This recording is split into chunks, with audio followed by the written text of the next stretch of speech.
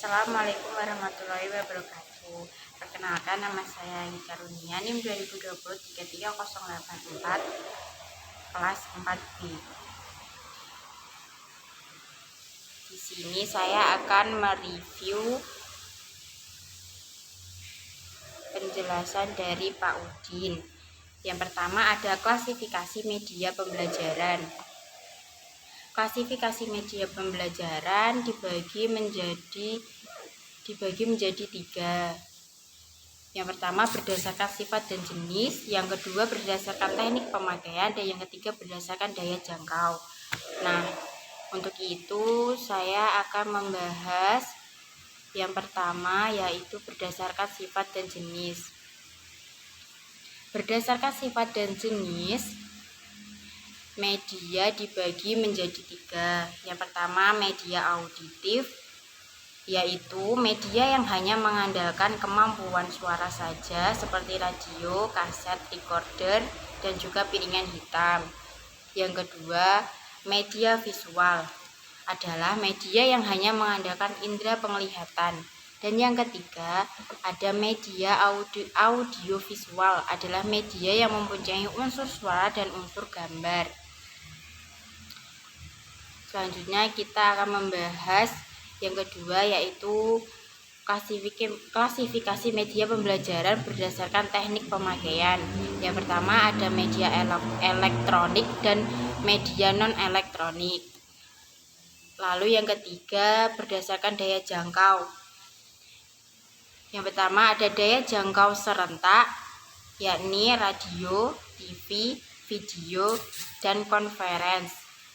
Yang kedua daya jangkau terbatas, yaitu OHP, slide, suara, dan juga film.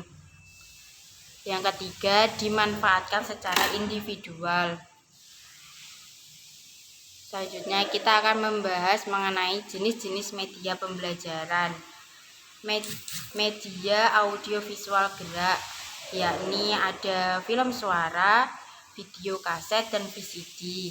Lalu ada media audiovisual diam, yakni yang pertama ada film rangkai suara atau film street, yang kedua film bingkai suara atau sound slide, dan yang ketiga ada halaman suara atau soundbite dan sebagainya.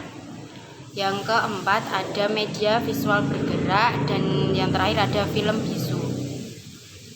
Lalu ada juga media display yang di dalamnya terdapat ada papan flanel, papan tikar, cardboard, dan maket, dan juga diodrama.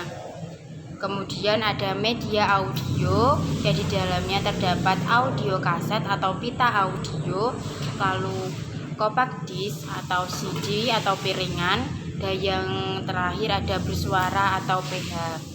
Lalu ada juga komputer.